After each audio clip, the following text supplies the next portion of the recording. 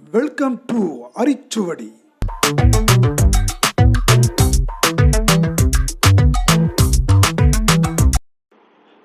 அனைவருக்கும் வணக்கம்.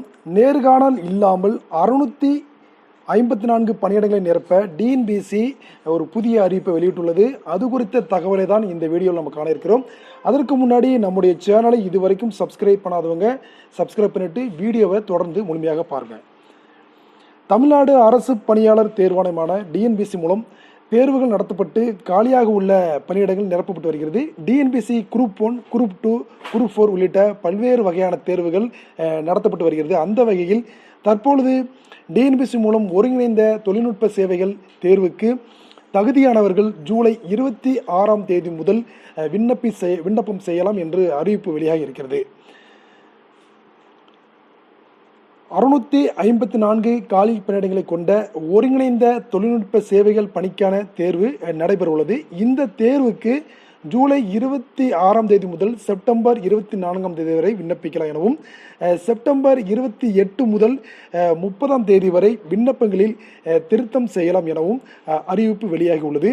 மேலும் உதவி இன்ஜினியர், வேளாண்மை அதிகாரி, உதவி இயக்குனர், திட்டமிடல் அதிகாரி, கெமிக்கல் அதிகாரி, புள்ளியியல் அதிகாரி, ஜூனியர் மேனேஜர் உட்பட மொத்தமாக ஒரு 53 அதிகாரிகள் பணியிடங்கள் இந்த தேர்வின் மூலம் நிரப்பப்பட உள்ளது.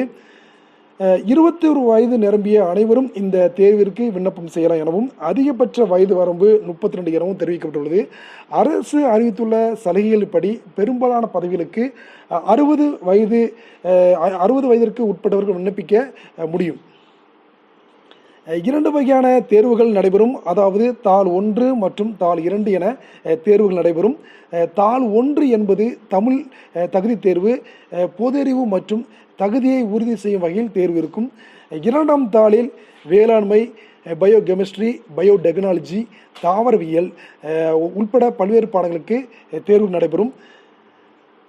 இத்தேர்விற்கு விண்ணப்பதற்கான கல்வி தகுதி குறித்த முழுமையான தகவல் நீங்கள் நோட்டிஃபிகேஷனில் சென்று பார்த்துக்கொள்ளுங்கள்.